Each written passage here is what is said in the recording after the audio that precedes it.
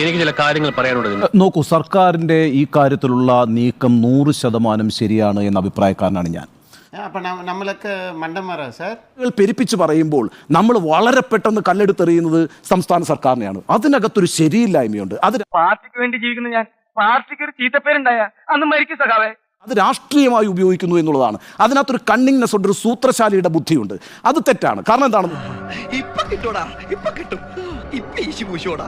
അങ്ങനെ വരുമ്പോൾ കേരളത്തിന്റെ പൊതു താല്പര്യത്തിനെതിരായിട്ടുള്ള ഒരു ചർച്ചയായിട്ട് ഇത് മാറുന്നു എന്നുള്ള ആകാംക്ഷ എനിക്കുണ്ട്. ആ അർത്ഥത്തിൽ ഇപ്പോൾ നടക്കുന്നു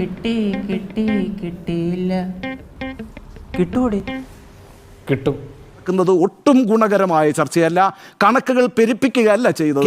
കേരളത്തിന്റെ പൊതുവായ ആവശ്യത്തിന് വേണ്ടിയിട്ടാണ് യഥാർത്ഥത്തിൽ ഈ കണക്കുകൾ സബ്മിറ്റ് ചെയ്തിരിക്കുന്നത്. അബദ്ധത്തിലല്ല, മനഃപൂർവ്വം 100% ശരിയായൊരു നടപടിയാണ് സംസ്ഥാന സർക്കാരിന്റെ ഭാഗത്തു നിന്ന് ഇക്കാര്യത്തിൽ ഉണ്ടായിട്ടുള്ളത് എന്നാണ് എന്റെ നില. ഇത്രയും ബുദ്ധിയുള്ള നീ IAS എഴുതിയാൽ പോലും പാസ്സാകുമല്ലോടാ. ഞാനൊരു സഖാവല്ലേ സഖാവേ. പലർക്കും ചൂണ്ടിക്കാണിച്ചത് തന്നെയാണ് ദുരന്ത നിധിയിൽ നമുക്ക് കിട്ടുന്ന പണം എന്നുള്ളത് വളരെ ചെറിയ തുകയാണ്.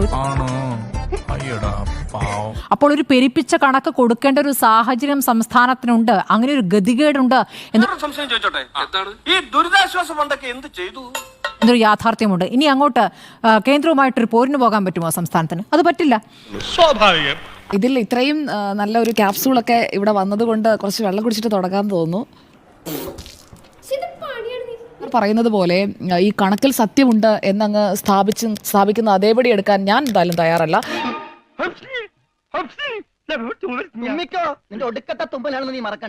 കേരളത്തിൽ എവിടെയാണ് 75,000 രൂപ കുഴിയെടുത്ത് സംസ്കരിക്കുന്നതിന് ചെലവാകുന്നത്? ഒറ്റ സ്ഥലം പറഞ്ഞാൽ മതി.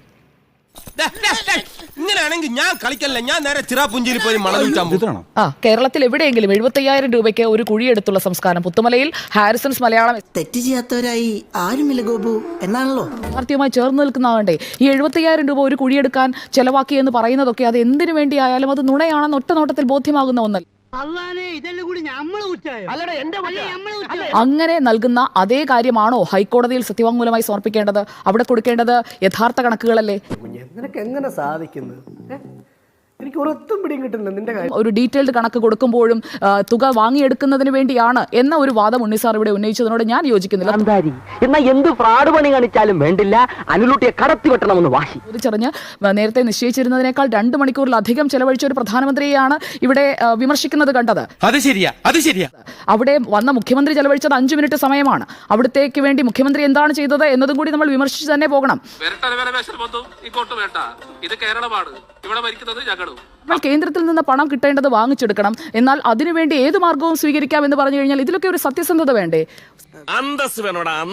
സത്യസന്ധത എന്ന് പറയുന്നത് സത്യസന്ധതയും ഒരു ധാർമ്മികതയും ഒന്നും ഇല്ലാതെ നമ്മൾ ഏത് മാർഗവും സ്വീകരിക്കും പണം ഉണ്ടാക്കാൻ എന്നൊക്കെ അങ്ങ് പറയുന്നത് കേട്ടപ്പോൾ എനിക്ക് വിഷമം തോന്നിയുണ്ട്.